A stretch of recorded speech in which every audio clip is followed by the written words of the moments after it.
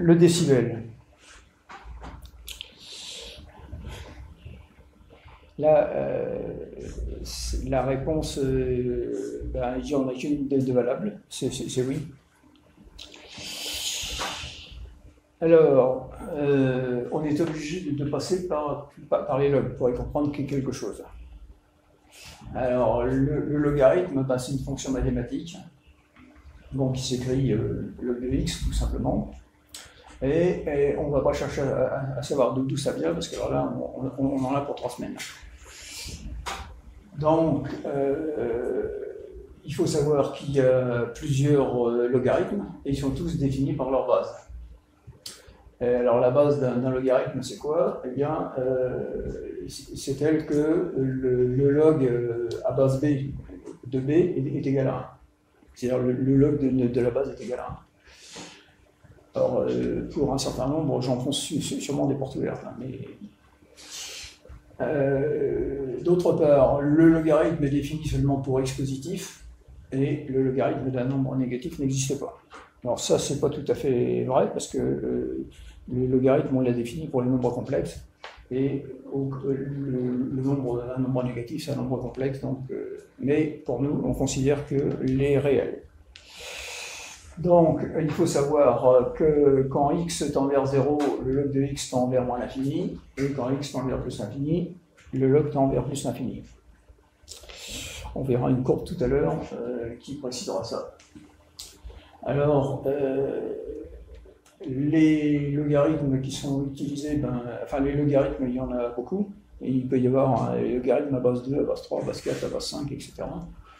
Et il y en a deux qui sont spécialement plus utilisés, c'est le logarithme lépérien et le logarithme décimal.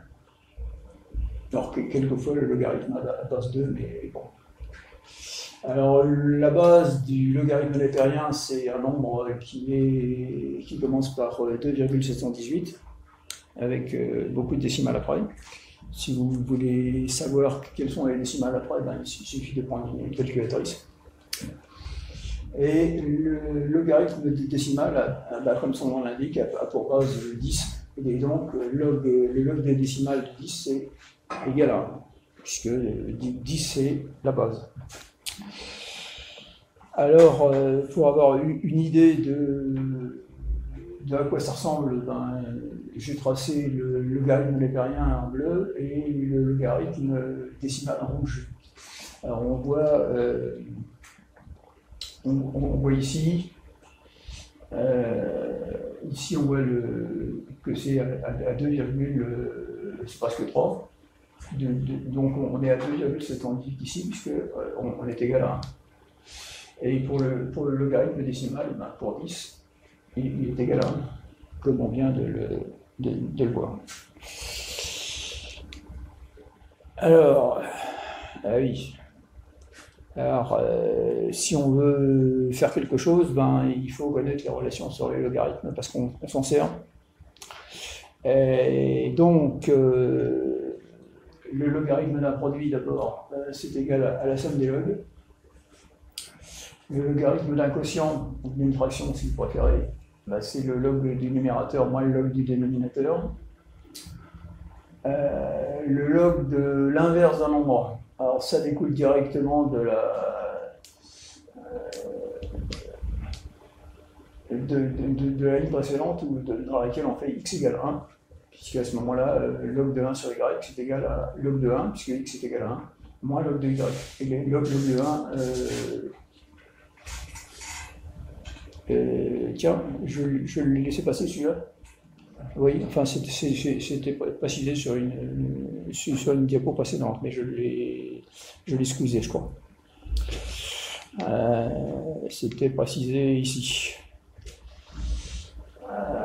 Je n'ai pas insisté là-dessus, mais on a log de 1 égale 0, quel que soit le logarithme. Donc on retrouve que le log de l'inverse d'un nombre, c'est moins le log du nombre.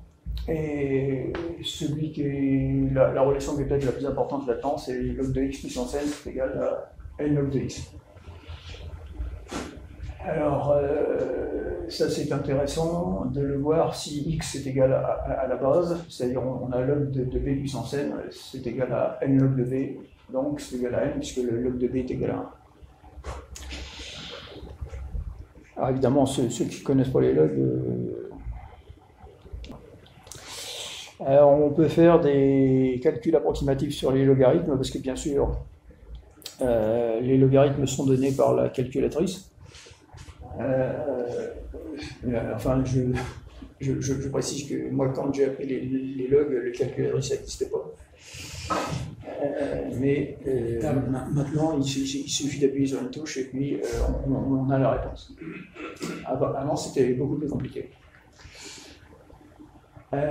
Donc, on a des valeurs approximatives pour les logarithmes décimaux, puisqu'on va s'intéresser maintenant aux logarithmes des décimaux. Alors, on laisse toujours log de 1 égale 0, le log de 2 c'est à peu près 0,3, le log de 3 c'est 0,48, donc à peu près 0,5, on peut prendre 0,5. Quand on fait un calcul approximatif, hein, si les batteries de la calculatrice sont vides, quelque chose comme ça. Le log de 4 c'est 0,6, le log de 5 c'est 0,7, le log de 6 0,78, donc là on peut prendre 0,8. Le log de 7 c'est 0,845 qu'on peut arrondir à 0,85. Le log de 8 c'est 0,9 et le log de 9 c'est 0,95. Et donc, qu'est-ce qu'on peut faire avec ça? On peut calculer le logarithme d'un nombre. Alors, j'ai mis comme exemple le log de 35. Et le log de 35, c'est 7 multiplié par 5, comme tout le monde le sait. Et donc, on a vu que le log d'un produit, tout à l'heure, c'était la somme des logs. Donc, c'est le log de 7 plus le log de 5. Donc, il suffit de prendre dans la liste au-dessus le log de 7 et le log de 5, et on les additionne, et on trouve 1,545. Et la calculatrice répond le nombre qui est là, 1,544, etc. Donc, on n'est pas très loin. Pourquoi les décibels? C'est pas vraiment très précis, mais il est sûr que quand on a une grande dynamique de puissance, enfin de rapport de puissance à représenter, les petits rapports, on ne va pas les voir. C'est-à-dire que si on est entre 10-6 par exemple et 100, eh bien, le début, il va être coincé dans la première graduation entre 0 et 1, et bon, on ne va pas y voir grand-chose. Donc, en fait, les décibels, ça sert à faire une extension des petites valeurs, et puis par retour, les plus grandes valeurs sont un petit peu compressées. Donc, on commence par le Bell, à la place du décibel. Alors, quand on a un rapport de puissance P1 sur P0 qu'on peut exprimer en Bell, puisque c'est comme ça que ça s'appelle, eh bien, c'est simplement égal à log de P1 sur P0. Donc, c'est le log d'un rapport, et il faut donc que les deux soient dans la même unité. Il ne faut pas un en watts et puis l'autre en microwatts, parce que là ça ne marche pas. Alors, le Bell, c'est pas très pratique. Ça, c'est à l'usage qu'on peut le savoir. Et donc, on utilise plutôt le décibel. Et donc, un Bell est égal à 10 décibels. En conséquence, le rapport P1 sur P0 en décibels, c'est égal à 10 fois le log de P1 sur P0. Puisque un Bell est égal à 10 décibels, il suffit de multiplier par 10.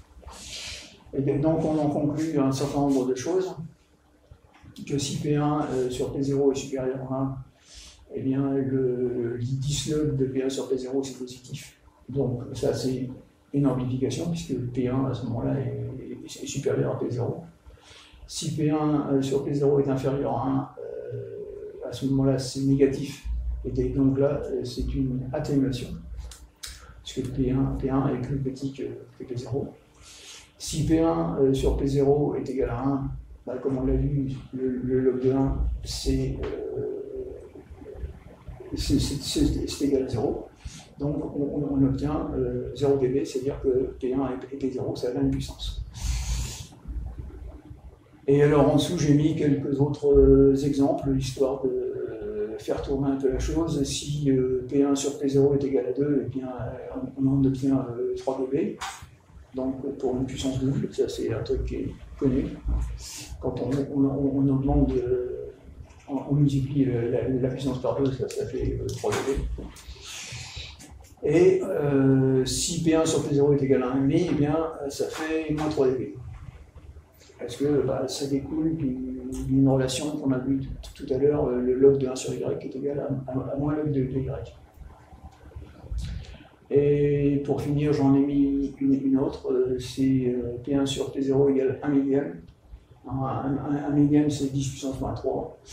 Et donc, on a log de 10 puissance moins 3, et on a vu à ce moment-là que, comme 10 c'est la base, eh bien, le log de P1 sur P0 c'est moins 3. Moins 3 que multiplie 10, ça fait moins 30. Et donc, le décibel n'indique qu'un rapport de puissance. Alors, si on a 100 watts et 10 watts, on a un rapport de 10 dB, mais on obtient la même chose avec des puissances beaucoup plus faibles, comme 100 microwatts et 10 microwatts. On a aussi 10 décibels. Donc, le nombre de décibels ne donne aucune indication sur la puissance utilisée. Alors, on peut modifier un petit peu ça en prenant une puissance de référence. Et là, le décibel devient une unité de mesure. Je ne sais pas si ça fait partie des unités du système SI, mais bon, en tout cas, c'est largement utilisé. Et le plus connu, c'est le dB milliwatt. Donc, on pourrait écrire dB MW. Et on prend comme puissance de référence 1 milliwatt. Et comme vous devez le savoir, le dB milliwatt, il est plus connu sous la dénomination dBm. Donc, la puissance en dBm, c'est 10 fois le log de P en milliwatts, évidemment, puisque la puissance en dessous, c'est 1 milliwatt. Et donc, en utilisant les relations qu'on a vues précédemment, le log d'un quotient, c'est le log du numérateur moins le log du dénominateur. Et donc là, ça fait log de P moins log de 1. Log de 1, c'est 0. Donc il ne reste plus que 10 log de P, mais en milliwatts. Et donc, en prenant des exemples, P égale 10 watts, il faut pas prendre 10, parce qu'il faut être en milliwatts. Donc on met 10 000. Donc ça nous fait 10 log de 10 puissance 4. Alors là c'est pareil, c'est log d'une puissance de la base, donc le log de 10 puissance 4 c'est égal à 4. 4 que multiplié 10, ça fait 40. Et donc ça fait 40 dBm.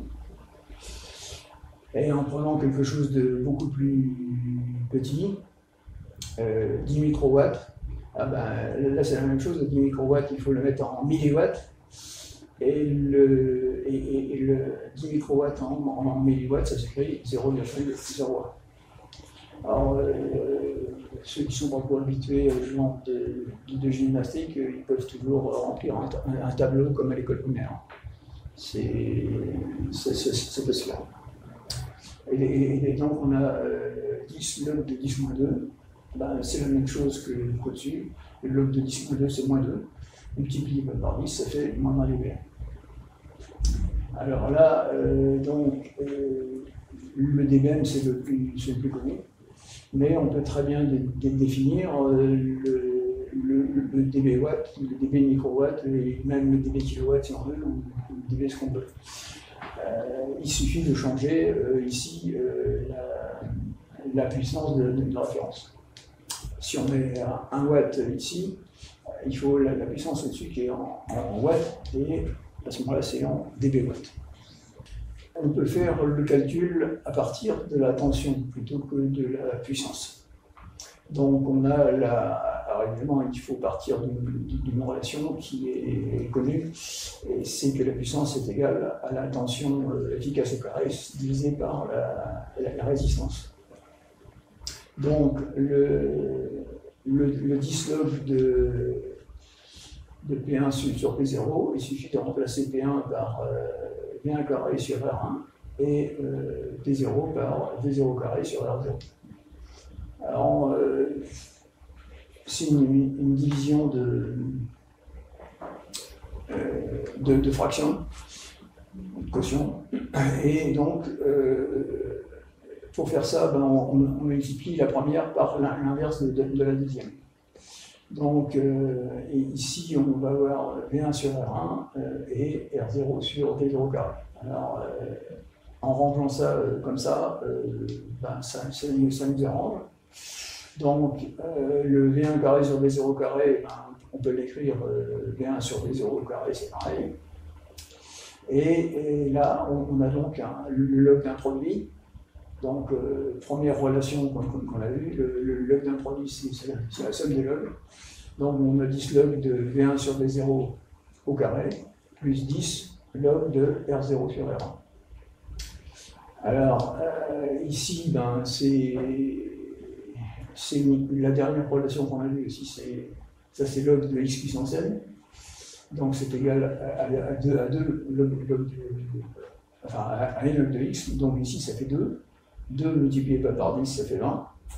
Et il reste log de V1 sur V0. Et le 10 log de R0 sur R1, lui, il reste comme il est. Mais en général, on fait en sorte de faire la mesure sur des résistances qui sont égales. Et donc, quand R0 est égal à R1, on obtient la relation connue qui est 20 log de V1 sur V0. C'est la démonstration laborieuse qui permet d'aboutir à ça. Alors, au détail près que il faut que les résistances soient égales. Sinon, on n'obtient pas la même chose qu'avec les puissances. Puisque le but, c'est d'obtenir la même chose qu'avec les puissances. Donc, ici, si on reprend les dBm, il faut, comme on a 20 log de V1 sur V0, V0 c'est la tension de référence, c'est possible. Et donc, on calcule la tension qui est, alors avec cette, si j'y arrive, avec cette relation-là, on en tire V efficace. Donc, on multiplie par R de chaque côté. Donc, ça fait PR égale V carré efficace. Et donc, pour V efficace, c'est racine carrée de PR. C'est ce qu'on a ici. Et donc, pour les dBm, P, c'est 1 milliwatt. Donc, c'est 10-3. Et la résistance, c'est 50 ohms. Et donc, on obtient cette tension-là. Qui n'est pas très simple, il faut reconnaître. Mais, et que quand on applique 20 log de V efficace, la tension qu'on mesure, donc, et c'est bien la tension efficace, pas la tension crête. Sur la tension de référence qu'on vient de calculer, eh bien, on trouve les dBm exactement comme avec les puissances tout à l'heure. Alors, on peut calculer des tensions en dB si on veut, en prenant, comme tout à l'heure, on prend une référence et puis on peut en faire des dB volts ou des dB microvolts ou un peu ce qu'on veut. Ici, par exemple, en prenant une tension de référence à 1 microvolt, on met le V en microvolts. Et c'est comme tout à l'heure, le log d'un quotient, c'est le log du numérateur moins le log du dénominateur, et on a donc log de V moins log de 1, log de 1 c'est 0, donc il ne reste plus que log de V. Et le V en dB microvolts, c'est 20 log de V en microvolts. Il faut que V soit en microvolts, évidemment. Alors, les dB microvolts, c'est utilisé en télé, je crois. C'est le même raisonnement que précédemment, à part qu'on fait ça avec l'intensité, en utilisant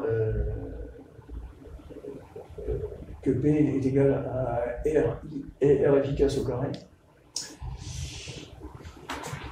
Et donc, on peut définir de la même façon des milliampères, des microampères, etc.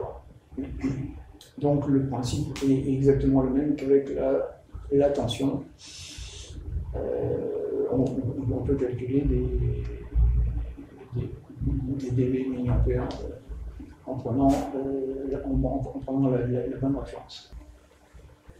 Il y a cette histoire de résistance qu'on a vu tout à l'heure qui est un peu embêtante quand même parce que il faut avoir les mêmes résistances. Alors c'est pas toujours le cas parce que dans certains cas il y a la puissance ou l'adaptation d'impédance n'a pas vraiment d'intérêt et donc on calcule ça directement sur les tensions de sortie.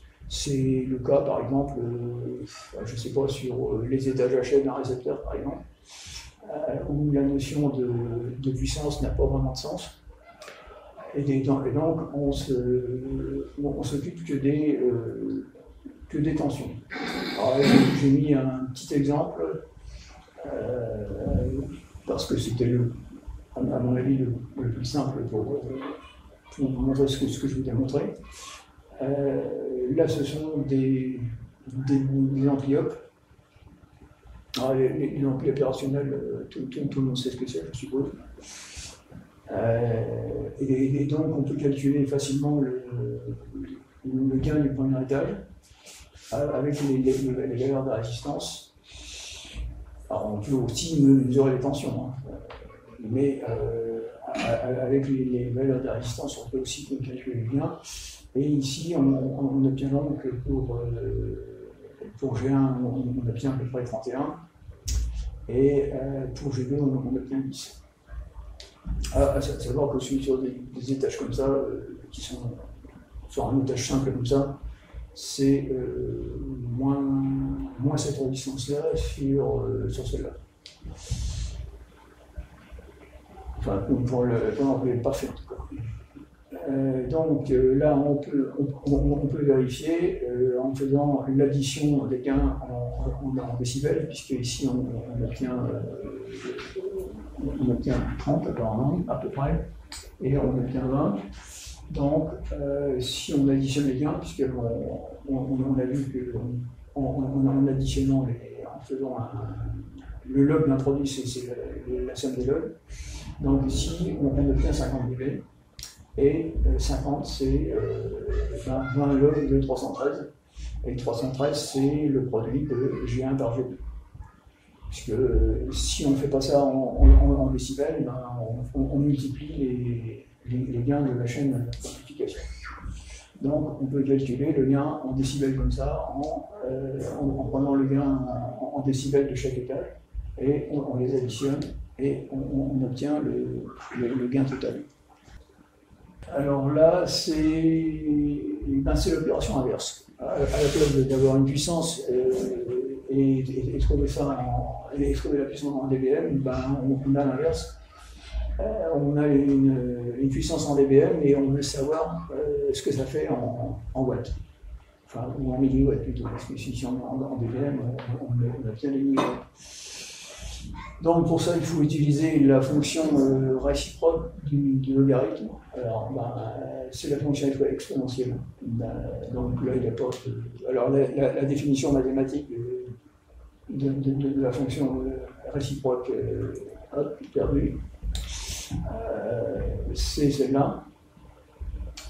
C'est ça. Log de 10 puissance x est égal à 10 puissance log de x, et c'est égal à x. C'est-à-dire, on peut dire que le log et la fonction exponentielle s'annulent si on veut simplifier. Enfin, si on veut donner une définition pas trop mathématique. Et pour le log népérien, c'est la même chose. C'est la célèbre fonction exponentielle. C'est pareil. Donc, à partir de là, pour trouver la puissance en milliwatts à partir d'une puissance en dBm, donc comme on sait que PdBm c'est 10 fois le log de P en milliwatts, bah, il suffit d'inverser la formule.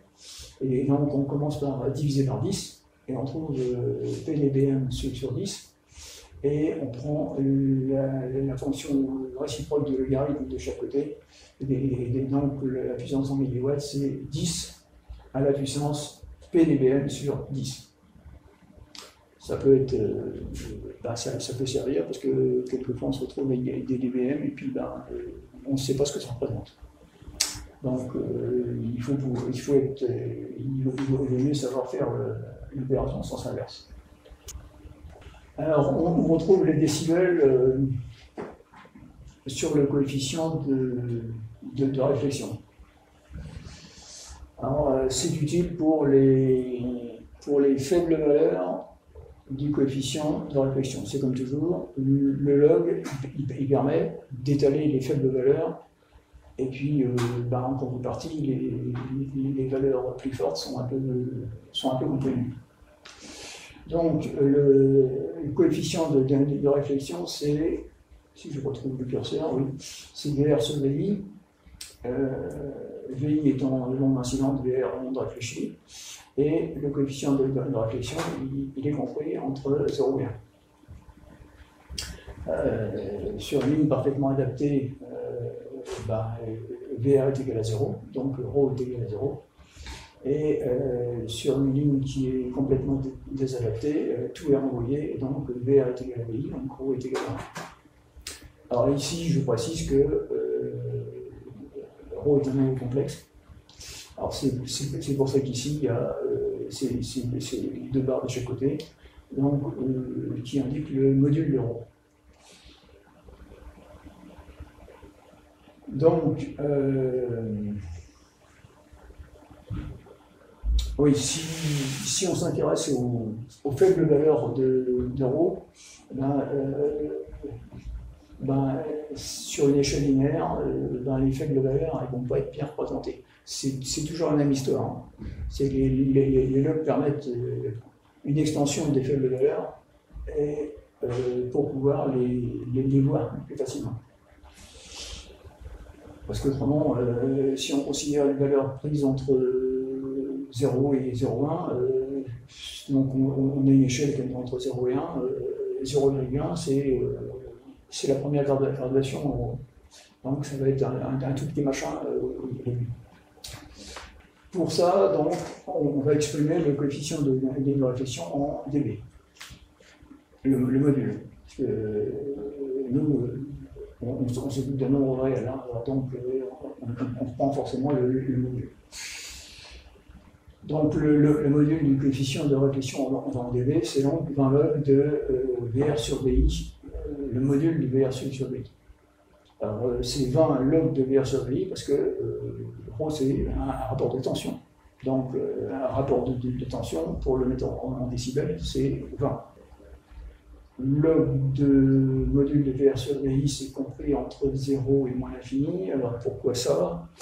Eh ben, c'est parce que le module de VR sur VI, comme on l'a vu précédemment, comme on l'a vu ici, c'est compris entre 0 et 1.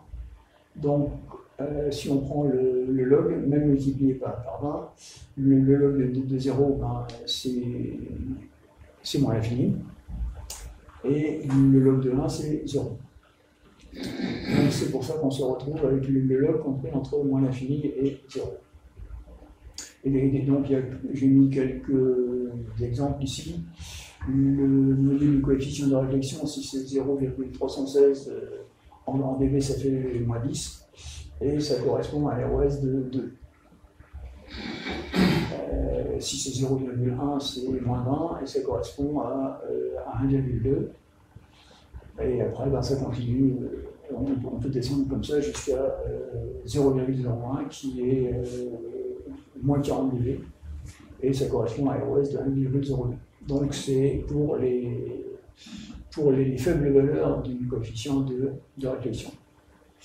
Alors de la même façon, pour calculer le coefficient, le module du coefficient de réflexion à partir d'une valeur en dB, ben c'est la même chose, hein. C'est l'inversion de la formule qui est ici. Donc on divise par 20, donc le 20 disparaît ici, et on prend l'exponentielle, et le log disparaît, et on obtient donc cette formule ici. Donc 10, le module de rho en dB divisé par 20, et ça donne le module de rho en nombre. Tout ça, c'est de la gymnastique sur les logs. Alors après, j'ai mis un exemple, qui est un peu, le premier est un peu caricatural, mais ça montre quelque chose. Alors, on suppose que l'on a un câble qui a une atténuation du dB. C'est déjà pas très long, mais ça permet de montrer quelque chose. Et le câble est ouvert à l'extrémité, donc il y a réflexion totale. Alors évidemment, là, on suppose que le câble donc atténué de 10 dB. Donc l'onde incidente est atténuée de 10 dB, puisque ça va jusqu'au bout. Au bout, il y a réflexion totale, et ça revient, et c'est encore atténué de 10 dB, donc en tout ça fait 20 dB d'atténuation, donc ça fait moins 20 décibels. Et comme on l'a vu précédemment, moins 20 décibels, on l'a vu ici, moins 20 décibels, ça correspond à un ROS de 1,2. Donc, on a un câble qui est ouvert à l'extrémité, on mesure le ROS à l'entrée et on trouve 1,2. Ce qui laisse supposer qu'il y a une charge à l'autre extrémité. Mais, comme le câble itère énormément, eh bien, on a un ROS qui est contenable. Mais il n'y a rien au bout. Alors ça, j'ai pris cet exemple-là pour rappeler que l'atténuation d'un câble, ça améliore le ROS. Si on a un câble qui perd et on mesure le ROS à l'entrée, le ROS est meilleur que si on mesure directement la charge. Alors, un autre exemple que j'ai mis, qui m'a semblé intéressant, c'est considérer une atténuation qu'on peut considérer comme faible, une atténuation de 1 décibel.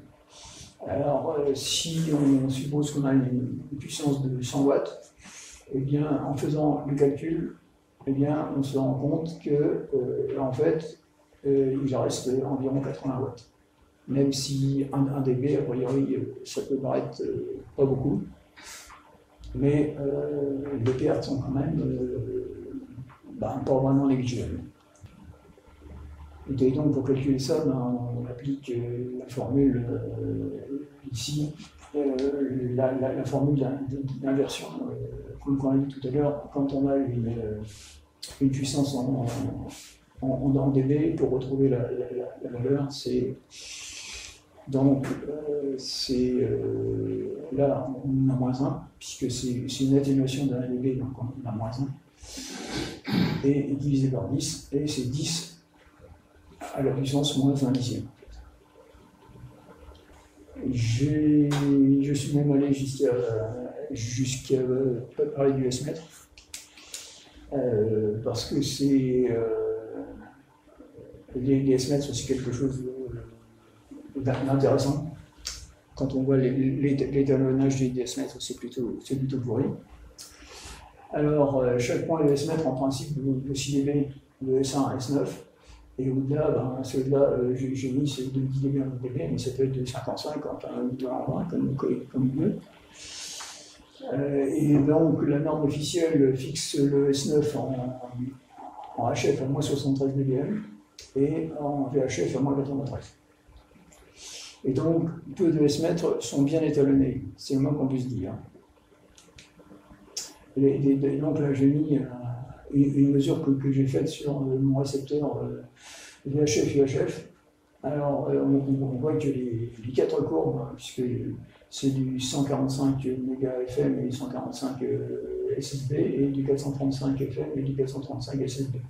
Et on voit que les quatre courbes se superposent quasiment.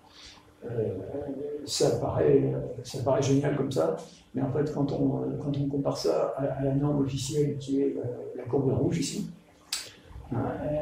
qui donc à S9 correspond à moins 93 dBm, ben on voit que effectivement pour S9 on a bien moins 93 dBm, mais en dehors c'est complètement faux.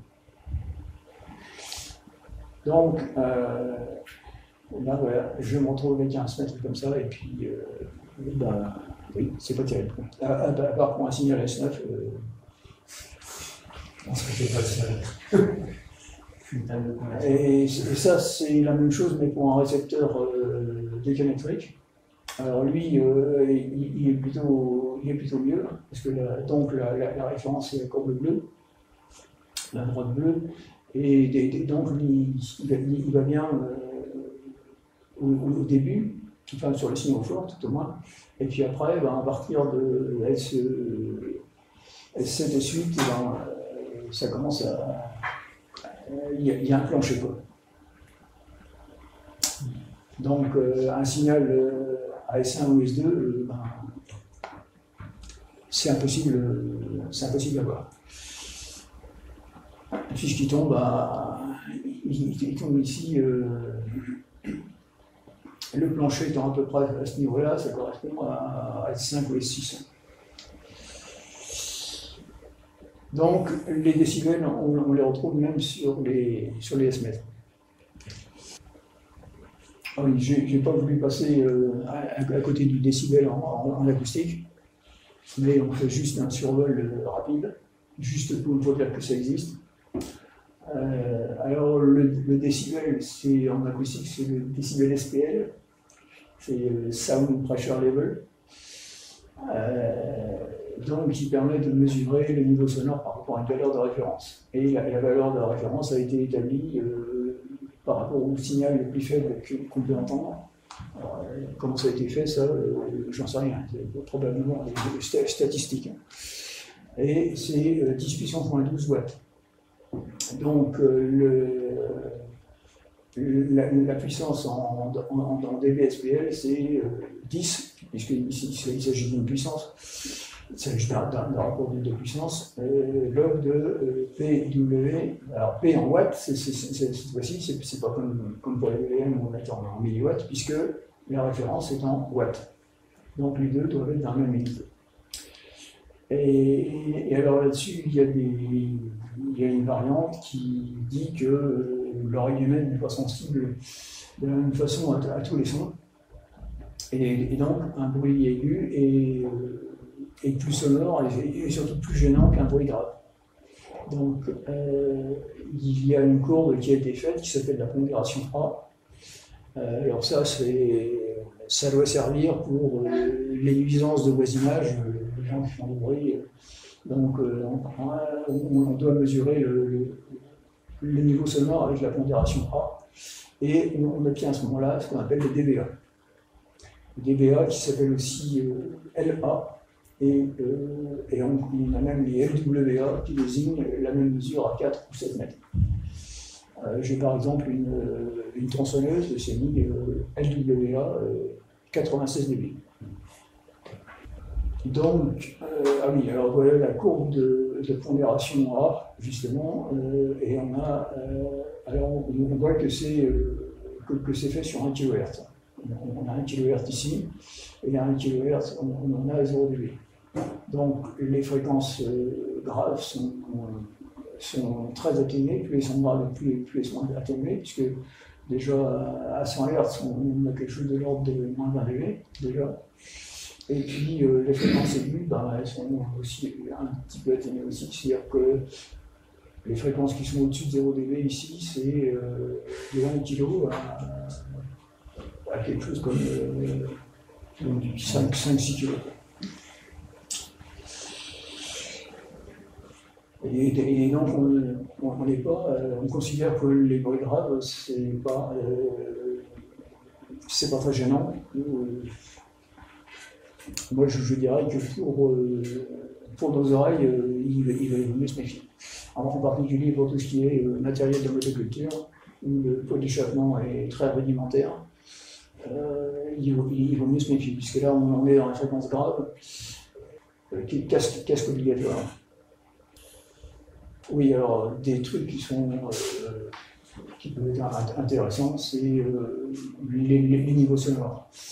Donc de 20 à 30 dB, c'est conversation à voix basse, donc un chuchotement en haut. 30-40 dB, c'est un bureau où il n'y a pas d'agitation. 40-50 dB, une machine à laver.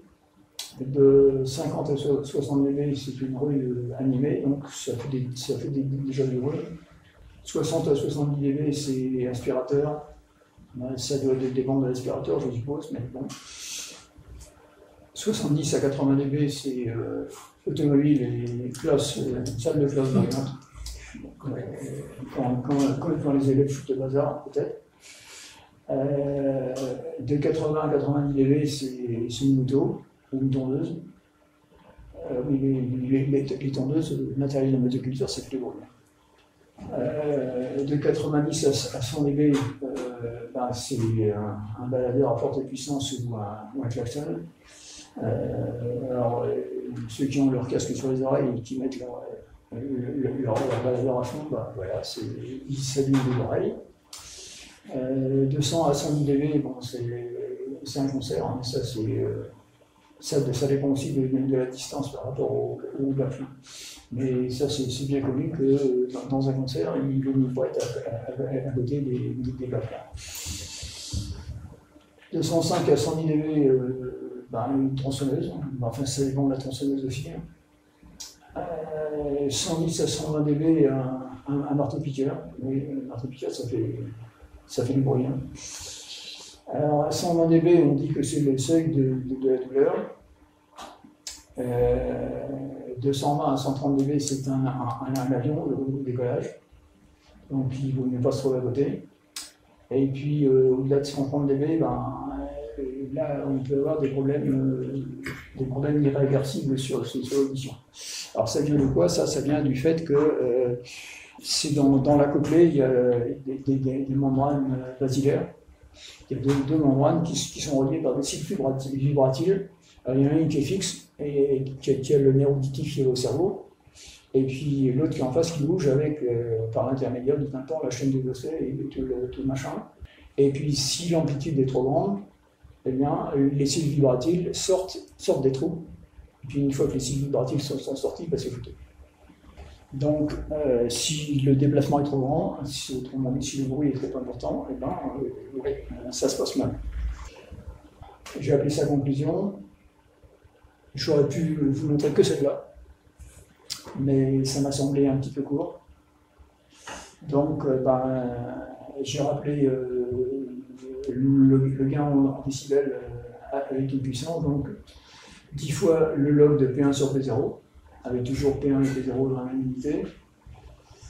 Le gain avec la tension, c'est 20 log de P1 sur P0, quand on a un rapport de tension, c'est 20. Je rappelle l'histoire de la résistance quand même. Si on veut obtenir la même valeur avec les tensions et avec les distances, il vaut mieux avoir des résistances égales. Et donc, la puissance en dBm, c'est 10 fois le log de P en milliwatts. Et puis, il y a la fameuse relation que je vous ai déjà montrée avec la tension. sachant que la tension de référence à ce moment-là, c'est 0,223, etc., volts, V efficace en volts, et c'est multiplié par 20 puisque c'est un rapport de tension. Et c'est sur 50 ohms, puisque la tension de référence est calculée sur 50 ohms. Et puis, j'ai rappelé en dessous quelque chose que j'ai entendu. Ça m'était arrivé de l'entendre. Et bien, il n'y a pas de dB puissance ou de dB tension. C'est-à-dire que si on calcule ça, si on calcule ça avec un rapport de puissance ou avec un rapport de tension, ça ne veut pas dire que là, ce sont des dB puissance et puis des dB tension. Non, un dB, c'est un dB. Comme c'est la conclusion, c'est tout. Alors j'avais rajouté ça parce que ça m'avait paru intéressant pour ceux qui ne le connaissent pas. Ce sont les sous-multiples et les multiples et les sous-multiples avec la puissance de disque qui correspond. Donc milli, micro, nano, pico, femto.